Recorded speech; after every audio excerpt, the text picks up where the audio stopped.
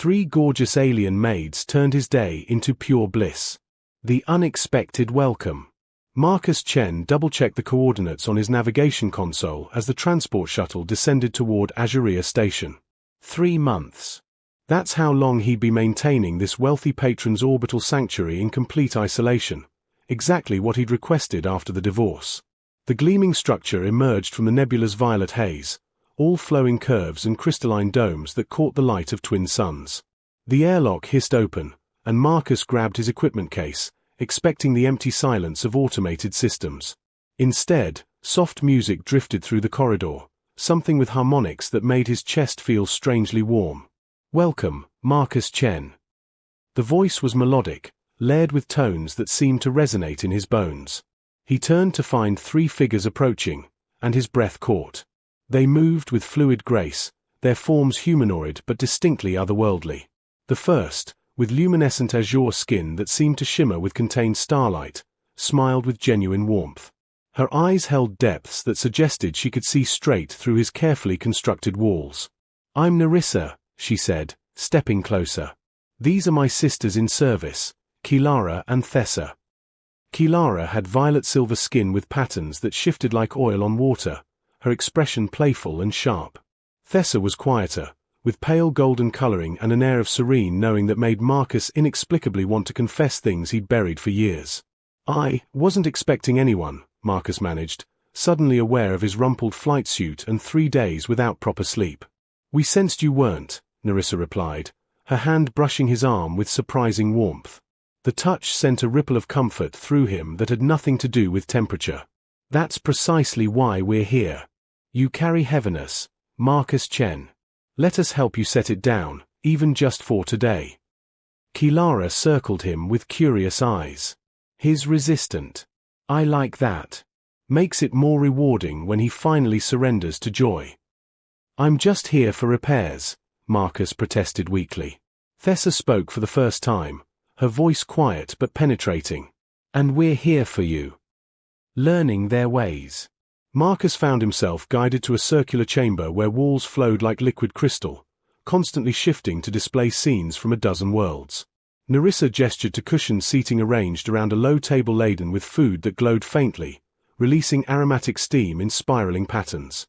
"Our tradition begins with sharing sustenance," she explained, settling beside him with unhurried grace. "These dishes are prepared with intention. They help us understand." "Understand what?" Marcus asked, eyeing the luminescent fare skeptically. Kilara laughed, the sound like wind chimes.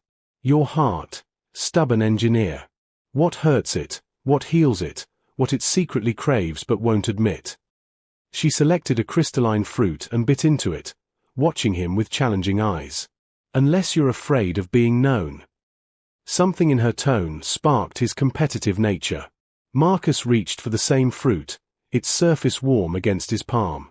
The moment he tasted it, memories flooded him, his ex-wife's final words, the empty apartment, choosing solitude over the risk of more pain. Nerissa's hand covered his, grounding him. "We feel it too," she whispered. "Your loneliness echoes in this space. But loneliness ends when connection begins." Thessa moved behind him, her fingers brushing his temples. The touch was intimate but not invasive, more like being embraced by warm water. "Breathe with us," she murmured. 3 counts in, hold for 3, release for 3. He wanted to resist, to maintain his carefully constructed isolation. But their synchronized breathing created a rhythm that pulled him in. Nerissa's thumb traced circles on his wrist. Kilara's foot pressed gently against his. Thessa's presence at his back felt like shelter. The breathing became meditation, meditation became conversation, not with words, but with shared sensation. They asked nothing, demanded nothing, simply offered presence without condition. "This is your sacred ritual?" Marcus asked finally, voice rough with emotion he hadn't let surface in months. "Part of it," Nerissa confirmed, her eyes reflecting starlight. "The ritual is adaptation. We give what's needed, laughter, silence, challenge, comfort." She leaned closer, her breath warm against his ear. "What do you need, Marcus?" The question shattered something in him. I don't know anymore. Kilara rose gracefully, extending her hand. Then let us show you how to discover it again. Through movement, through play, through remembering what joy feels like. Her smile turned mischievous. I promise to make you work for it. Deepening bonds.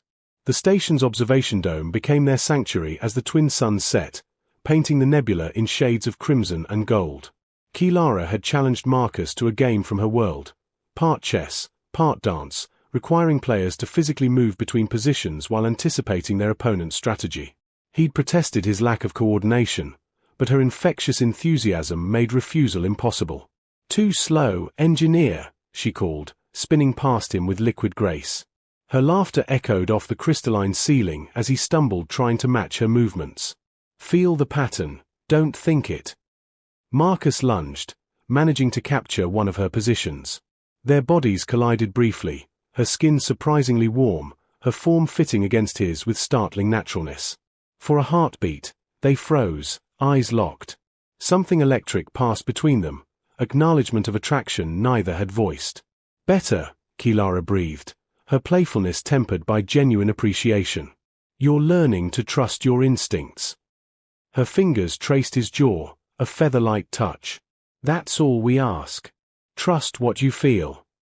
Nerissa approached with refreshments, having watched their game with knowing eyes. Kilara pushes, I soothe. Balance in all things. She offered Marcus a cup of something that tasted like starlight and summer rain. But both are forms of caring.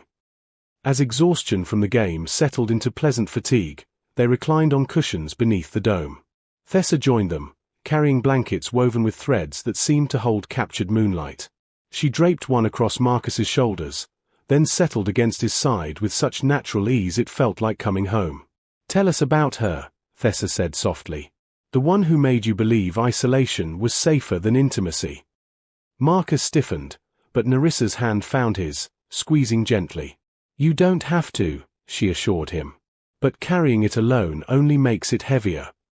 The words spilled out, years of growing apart, love that calcified into routine, the relief mixed with devastation when it finally ended. He talked until his voice cracked, and through it all, they listened. Really listened. Kilara's usual mischief softened into compassion. Nerissa's thumb traced soothing patterns on his palm. Thessa's presence against him felt like an anchor in storm-tossed seas. When silence finally fell, it wasn't empty but full of understanding. She couldn't see you, Kilara said firmly. We do.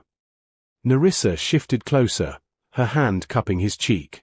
You blamed yourself for not being enough. But Marcus, you're extraordinary. Her lips brushed his forehead, a gesture both innocent and achingly intimate. Let us prove it to you. The revelation. Morning found Marcus in Nerissa's private chamber, where walls displayed slow-moving images of her homeworld, endless fields of bioluminescent flowers beneath 3 moons. She'd invited him for what she called truth-sharing, a ritual that required vulnerability from both parties. We haven't been entirely forthcoming, Nerissa admitted, pouring tea that changed colors with the drinker's emotions. Marcus watched his cup shift from gray to uncertain amber. Our purpose here isn't permanent. We're soul weavers, Marcus.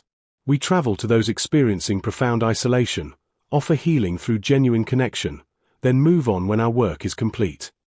The words hit him like physical blows. So this, everything, it's temporary? You're leaving. In 3 days, Thessa confirmed quietly, appearing in the doorway. Behind her, Kilara leaned against the frame, her usual playfulness dimmed. We should have told you sooner. But your walls were so high, and we needed time to reach your heart. Marcus stood abruptly, betrayal flooding through him. His cup darkened to stormy purple. This was all just, what? Therapy? A job? No. Nerissa rose, catching his hands. Her eyes glistened with emotion that seemed entirely real.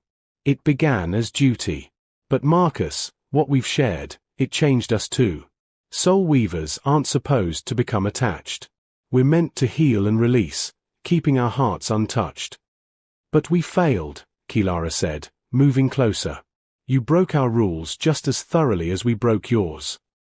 Her hand traced his spine, familiar now in ways that made his breath catch. We weren't supposed to want to stay. Thessa circled to face him, completing their triangle around him. Our tradition teaches that true intimacy transcends time. That 3 days of genuine connection outweigh years of hollow routine. Her fingers intertwined with his. We can't give you forever, Marcus. But we can give you now, completely, honestly, with nothing held back. The anger drained from him, replaced by aching understanding. They were offering something both precious and painful, intimacy with expiration dates, connection without promises. Everything his wounded heart had learned to fear. I don't know if I can handle losing this, he whispered. Nerissa's lips found his, soft and seeking. The kiss tasted of starlight and sorrow and desperate hope. Then let us teach you, she murmured against his mouth, that some endings are beginnings in disguise. What followed was a night that redefined intimacy for Marcus. Not just physical union, though their bodies learned each other with reverent thoroughness. Kilara's passionate intensity, Nerissa's tender exploration, Thessa's intuitive understanding of unspoken desires. But deeper still was the emotional nakedness, the stripping away of every defense. They mapped his scars with kisses, replaced old hurts with new joy, showed him that vulnerability wasn't weakness but the greatest courage. Transformed forever. The final morning arrived with cruel swiftness. Marcus stood in the observation dome where they'd spent their last night together, watching their transport ship materialize from hyperspace. His chest ached with loss already forming, but something else bloomed there too: gratitude, wonder, newfound strength. Nerissa approached first, pressing something into his palm. A crystal that pulsed with warm light. It contains our essence, she explained. When loneliness returns, hold this. Remember that you're worthy of connection, that opening your heart isn't foolishness but bravery. Kilara kissed him fiercely, unashamed of the tears streaming down her luminescent cheeks. You taught me that playfulness and depth aren't opposites, she said. That I could challenge someone while cherishing them completely. Thank you for letting me be both. Her fingers traced his lips one last time. Find someone who appreciates your stubborn, beautiful heart. Thessa held him longest, her silence speaking volumes. When she finally pulled back, her eyes reflected entire galaxies. You're not the same man who arrived here afraid of feeling. That man died in our arms, and someone braver was born. She pressed her forehead to his. Honor what we shared by sharing yourself again. That's all we ask. The departure ritual was ancient, formal, words in their native tongue that Marcus didn't understand but felt in his bones. They stood at the airlock, radiant and heartbreaking, transformed by their time together just as he'd been transformed. This isn't goodbye, Nerissa said firmly. It's until the universe brings us together again. And if it doesn't? Marcus managed through the tightness in his throat. Then we still had this, Kilara replied, touching the space over her heart. Perfect and complete. Nothing can diminish it. They left, taking pieces of his heart but leaving something more valuable, the capacity to love again without guarantees, to risk pain for the possibility of joy, to believe he deserved both. Marcus stood alone in the station, but for the first time in years, solitude didn't equal loneliness. The crystal pulsed warmly in his hand. Through the viewport, he watched their ship disappear into the nebula's embrace, carrying 3 extraordinary beings who'd taught him that endings could be gentle, that temporary didn't mean meaningless. His maintenance duties completed, he'd return to Earth tomorrow. But not as the broken man who'd fled there. He'd return open, ready, transformed by 3 celestial companions who'd loved him freely and let him go with equal grace. The crystal flared brighter, and Marcus smiled through his tears, finally understanding their greatest gift. They'd healed him by teaching him to heal himself. Lessons from the stars. True intimacy isn't measured in years but in the depth of presence shared. 3 days of genuine connection can heal what decades of hollow routine destroyed. The greatest act of love is sometimes letting go, not because feelings weren't real, but because both people deserve to carry forward the growth they've achieved together. Vulnerability is the bridge between isolation and connection. Those who risk opening wounded hearts discover they're far stronger than protective walls ever made them.